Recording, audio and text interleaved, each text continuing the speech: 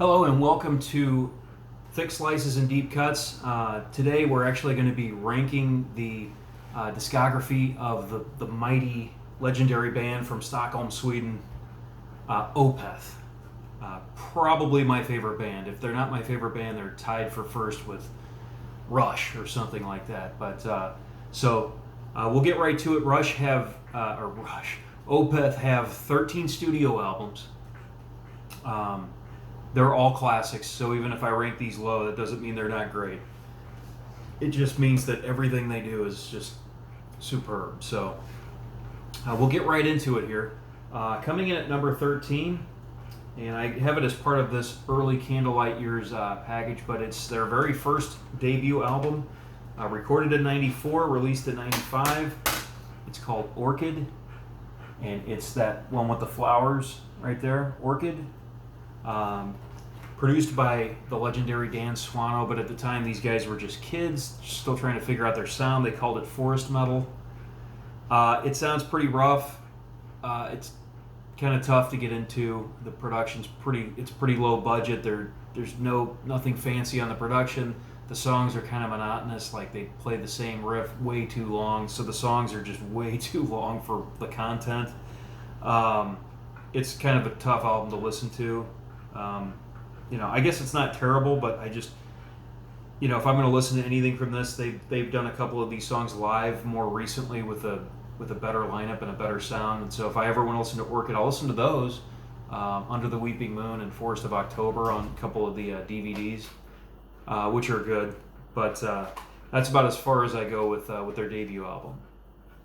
Coming in at number 12, it would be their second album, which is called Morning Rise, there with the bridge and the lake. This is much better. So that album is much better. I think I might buy that on vinyl just for the cover, and because, Morning Rise is, some people consider this one a classic. Again, the production's not the greatest, but you're starting to get better songs like The Night and The Silent Water, probably my favorite on here. Advent also, those two. And then it finishes with a big 20-minute song called Black Rose Immortal. The songwriting, still they don't have that classic Opeth sound. They're still in that forest metal type thing. But this is leaps and bounds better than the first one. And the songwriting is getting a little bit more memorable. And again, a couple of these songs that are played live more recently are both just absolute gems. So I think a lot of it had to just do with the production, and maybe the rhythm section wasn't the greatest. But that would change on the albums after this. So 13 is their debut, Orchid, and number 12 is their second album, Morning Rise. Morning Rise is a very good album. Coming in at number 11, this is from 2016. This is the album Sorceress. Look at that peacock on the cover. Colorful album cover. Sorceress. I saw them on this tour with my friend Eric. The title track, Sorceress, is super heavy, super catchy, totally memorable.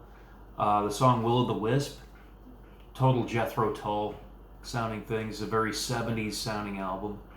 Part of their new era that they're in. They played the song Era live. The Wildflowers is kind of catchy. It's a pretty good album.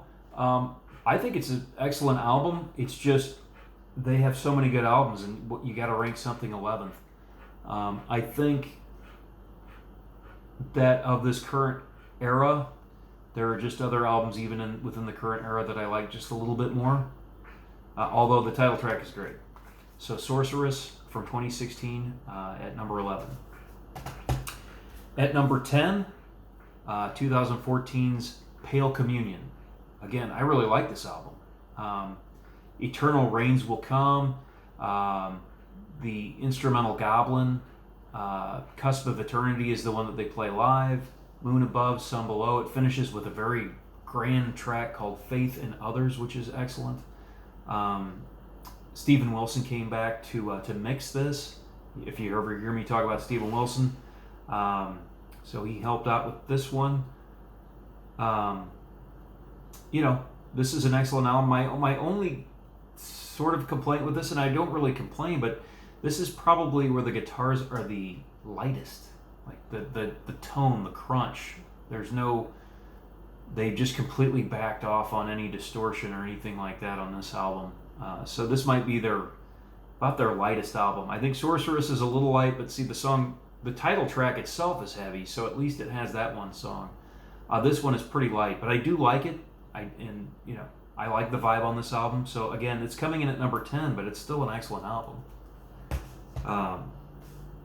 And that's part of this new era they're in.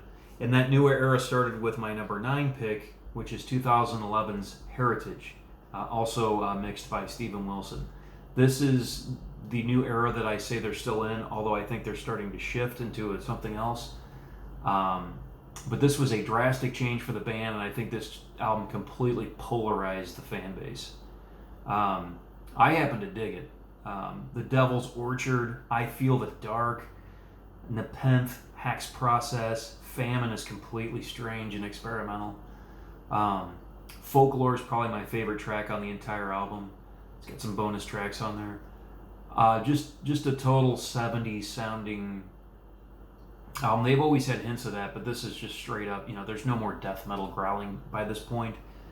And they've just shifted into another direction of just more 70s sounding, total prog, always experimenting a little bit, but not too much. And I just dig the vibe on this album. I think I like this album a lot more than the average Opeth fan. But that's coming in at number 9. And then the most recent album at number 8 is In Cauda Venenum. Kind of looks like the shirt here. This is my favorite of the new era. So in this new era they're in, they've done 4 albums so far. I thought Heritage was probably my favorite until this one came out late last year, or September. And the reason this is my favorite is because while they're still in this era and they're still doing the clean singing, the guitars on this one are way beefed up. I mean, this is a heavy album, and the guitars are thick and chugging along. So, after the 2-minute Tangerine Dream intro, you go right into Dignity, which just, the format of that song, it's just, there are all these riffs strung together and none of them repeat. So it just keeps going from from phase to phase to phase, and it's all heavy and pretty quick. And Heart and Hand, which follows, is also heavy and quick. Lovelorn Crime has a guitar solo at the end from Frederick Augustin that is one of my favorite guitar solos, period. It goes on for like a minute and a half or 2 minutes. It sounds like David Gilmour from the song Comfortably Numb or something like that. Finishes super strong with Continuum and All Things Will Pass. So I really dig this album. Like I said, I thought Heritage was my favorite of the new era. Then this comes out, and I really dig this one too. It's very experimental as well. So it's just heavy. It's just got all the things I like. It's unpredictable. Big fan of this album. Okay, I rank these in a way where they have what I call different eras. The first 2 albums are part of an era, and they were ranked at the bottom. These most recent 4 are part of this new era, and I rank those next. And so now we're left with 7 albums that are all part of this huge arcing era of the band that I absolutely love. So we'll get right into it. Here we go. We're starting with number 7. We're going to go with 2002's Deliverance. This was Steven Wilson producing this one. And it was also recorded at the same time as another album, Damnation.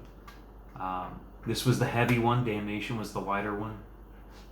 And this might be... They may have another album out there that's as heavy as this, but this might be the heaviest thing they've done. Wreath, super brutal in over 10 minutes. Deliverance might be their best track of all time. It's 13 and a half minutes.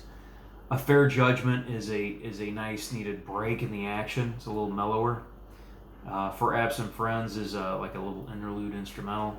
Master's Apprentices is awesome and long. And then there's a kind of an experimental track at the end, By the Pain I See in Others, which is super long. This album is just full of, what is it? What am I counting here? 5 songs over 10 minutes and one little interlude. And it's, for the most part, it's pretty freaking heavy. I dig it. It's one of the first albums I heard from them. That gets us to number 6. So we're going way back to the 90s, 97 or 98. It was recorded in 97, not sure when it was released, but it's My Arms, Your Hearse. This is where OPETH find their sound. So the first 2 albums kind of had this strange little thing going on. This is where they find that sort of that grim sound that we really like, that grim medieval sound that we really dig about OPETH. And that probably has to do with not only is the songwriting leagues better at this point, but they bring in Martin Lopez and Martin Mendez on bass, but Martin Lopez on the drums, and he's bringing just good technical drumming. Production's getting better. It's still a little raw here, but it doesn't really get in the way of the songs. And the songs are great. April Ethereal is classic. When is a total deep cut for them. The Amen Corner, deep cut. Demon of the Falls, they're classic. Credence is a cool mellow song. Karma might be the best thing on here, and then they finish it off with Epilogue, which sounds like some sort of a Pink Floyd type jam. I love this album, and I'm loving it more and more as time goes on. If I'd ranked these albums 5 or 10 years ago, this would be towards the bottom, but I absolutely dig this album. This is where this whole era began, was with this album, with that lineup change and the shift in their style. So that's number 6. These top 5 are all number 1s, but you had to rank them. So at number 5, 1999's Still Life. This is a totally underappreciated album from their catalog. It's a classic that I think you never hear people mention this when they talk about classic OPETH albums. I'm like, this is a perfect album almost. I mean, you start with The Moor, which is just arguably the best song on the album.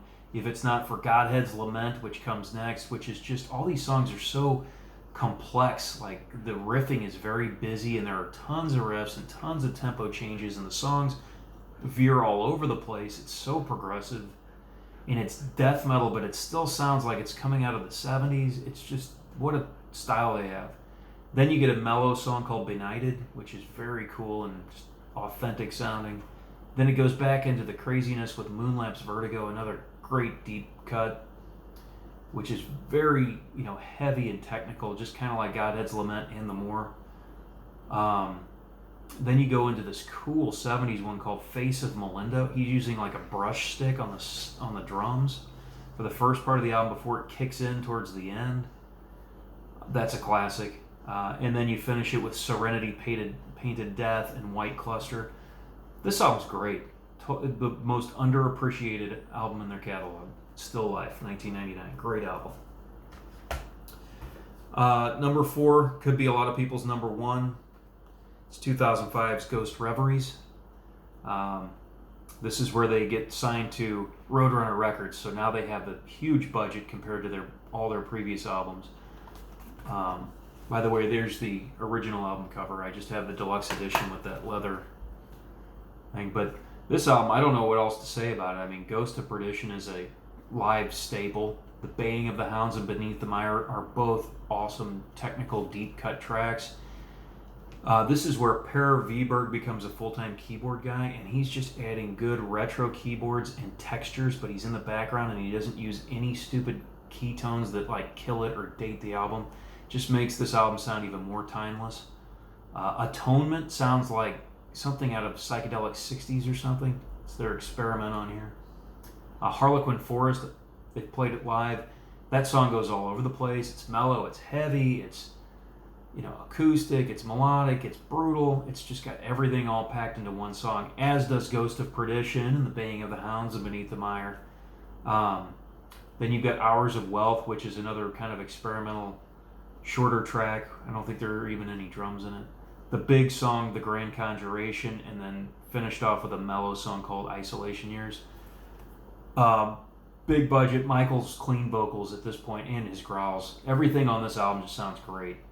The production you could argue this is their best production, period. Jens Bogren, one of his early engineering masterpieces, he has become a household name for progressive metal. He just does a great job making albums sound great. So Ghost Reveries is number 4, could be number 1. At number 3, this definitely could be a lot of people's number 1. But that is 2001's Blackwater Park. This album has 8 songs and they're all great. I mean, this is just a complete album. The Leper Affinity kicks it off. Bleak is great and melodic. You can hear Steven Wilson's production all over this. This has like these porcupine tree type effects mixed in. He even sings on some of this, like Bleak. You can hear his vocals all over it. Harvest is a chilled out song. The Drapery Falls is epic. Dirge for November has these acoustic things at the beginning and the end of the song that are just so haunting. The Funeral Portrait, if you like technical riff changes. Patterns in the Ivy is a cool acoustic piano interlude. The title track, Blackwater Park, is the biggest song to finish it off. It's got everything, into one song. This is a great album. This is probably their most successful album, if I had to guess. It's my number 3, but again, it's a number 1. It's a number 1, just like Ghost Reveries is a number 1. My number 2 is the last album of this era that started with My Arms, Your Hearse, and it finishes about 10 or 11 years later with 2008's Watershed. Strange cover for the album, but here's the regular cover, dark and ominous. This was the end of the era, but man, what a way to go out. I mean, it starts with this mellow song called Coil, which is great acoustic playing and singing by Michael, who sounds great on vocals on this. There's female vocals on it. Just a nice way to start the album out with this 3-minute song that then goes into Heir Apparent, which is so heavy and so great and so interesting, and the riffs are so cool. So while it's heavy, it's just one of the most interesting things to hear. We saw it live. That was probably the best track they played of the set. Then it goes into the Lotus Eater. This band does not thrash or blast or anything, but they throw out a little grind beat on this song, drop it in. It's great. The song after it, Burden, they did a music video for because it's a really nice, easier melodic track. So well done.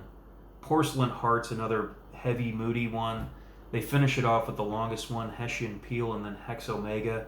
And then my version has a bonus track cover of Bridge of Sighs by Robin Trower, which I think is just absolutely great. So, again, Watershed is kind of a number 1, but I don't know. It's number 2 because my number 1 is maybe surprising, but I'm going to go with 2003's Damnation. And the reason I pick this one as my favorite, it's the first one I heard, and I was looking for this sound for years. And when I heard this album, I was like, oh my God, that's that sound I've been trying to put into words to figure out what I'm trying to find. And these guys nailed it. And the songs Window Pane, In My Time of Need, Hope Leaves, and To Rid of the Disease, those 4 songs, if I had to make a greatest hits compilation of their top 10 songs, those 4 would be part of the top 10. So that's what's driving this to be the number 1. The vibe of this album, which is unique only to this album, as are all these albums, have their own little vibe and their own little thing going on. This album, and the songs I didn't even choose, like Closure, Death Whispered a Lullaby, just this album has that perfect vibe, and I just think the songs like Window Pane and In My Time of Need, Hope Leaves, and To Rid the Disease are 4 home run songs. And this was like a more chilled out album, dropped right in the middle of that classic era where that was just heavy and everything. They were pushing everything, and then they just dropped this in as a complete, like they took the exit ramp and just did something completely ballsy and experimental, and I love it. So that is my number 1. Probably would not even be close to other people's number 1s. My number 4, 3, 2 would probably be most people's number 1s, and this might be lower on the list, but I absolutely, this is one of my favorite albums, period, no matter who we're ranking. So Damnation is my number 1 pick. So again, 13 is Orchid, 12 is Morning Rise, their first 2 albums. Then of the newer era, you've got Sorceress at 11, you've got Pale Communion at 10, you've got Heritage at 9, We've got the latest one in Cauda Venenum at 8. Then we get into the golden era, in my opinion. Number 7 is Deliverance. Number 6 is My Arms, Your Hearse. Number 5 is the painfully underrated Still Life. Number 4 is Ghost Reveries. Number 3, Blackwater Park. Number 2, Watershed. And number 1, Damnation. So there you have it. That is ranking the 13 OPETH albums. I guess I post these on YouTube and then Facebook, so if you have any opinions on these, just share your list or your top 5 or however you want to do it in the comments. But I think that pretty much covers it, so thanks for tuning in, and I will rank some more bands' discographies, so I will see you next time. See ya.